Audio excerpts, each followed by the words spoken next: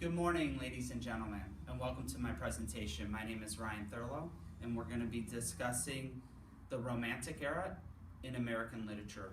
We're going to be talking about 3 points today, and they are, first of all, how the Transcendentalism and Romanticism appeared to Americans in a similar fashion for both privilege and feeling over reason, individual freedom over expression, and restraints of traditions and customs.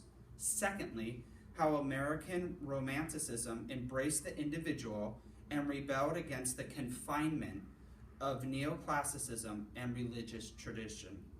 Finally, we're going to take a look at a hero in the literature, Childe Harold's Pilgrimage, authored by Lord Byron in the year 1814. Body point number 1, literary period authors and major literary works.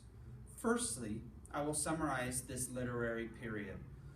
The Romantic era was an artistic, literary, and intellectual movement that originated in Europe towards the end of the 18th century, and in most areas was at its peak in the approximate period from 1800 to 1850.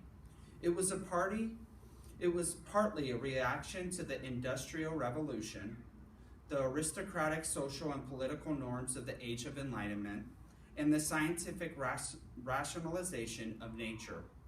It was embodied mostly strongly in the visual arts, music, and literature, but had a major impact on history, education, and the natural sciences.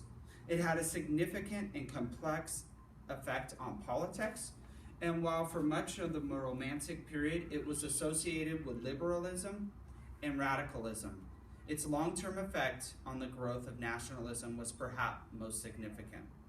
That's the end of point 1. Point 2, the historic period. Now we will move on to the second point, which is all about the historic period. Not essential to Romanticism, but widespread as to be normative, was a strong belief and interest in the importance of nature. However, this is particularly in the effect of nature upon the artist when he is surrounded by it, preferably alone. In contrast to the usually very social art of the Enlightenment, Romantics were distrustful of the human world and tended to believe that a close connection with nature was mentally and morally healthy. Romantic art addressed its audiences with what was intended to be felt as the personal voice of the artist. So, in literature, much of the Romantic poetry invited the reader to identify the protagonist with the poets themselves. According to Isaiah Berlin, Romanticism embodied, quote, a new and restless spirit, seeking violently to burst through old and cramping forms, a nervous preoccupation with perpetually changing inner states of consciousness, a longing for the unbounded and the infinable, for perpetual movement and change, an effort to return to the forgotten sources of life, a passionate effort at self-assertion, both individual and collective, a search after a means of expressing an unpleasably yearning for attainable goals. Body point number 3, a literary hero of this time. Lastly, I will move into the third point, which is about my literary hero. The Byronic hero first appeared in Byron's semi-autobiography epic narrative called Childe Harold's Pilgrimage.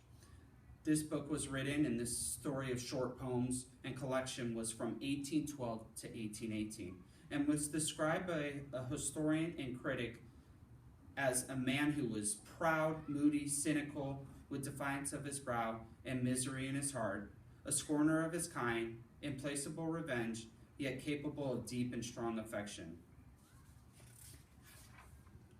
To conclude, in this presentation, my objectives were to describe the features of the Romantic period in American literature, demonstrating the characteristics through the hero of that time.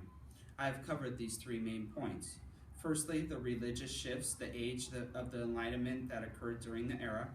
Secondly, we talked about the importance of nature during this time period. And finally, we discussed an example of a Romantic hero. I hope you found this presentation to be useful. Thank you.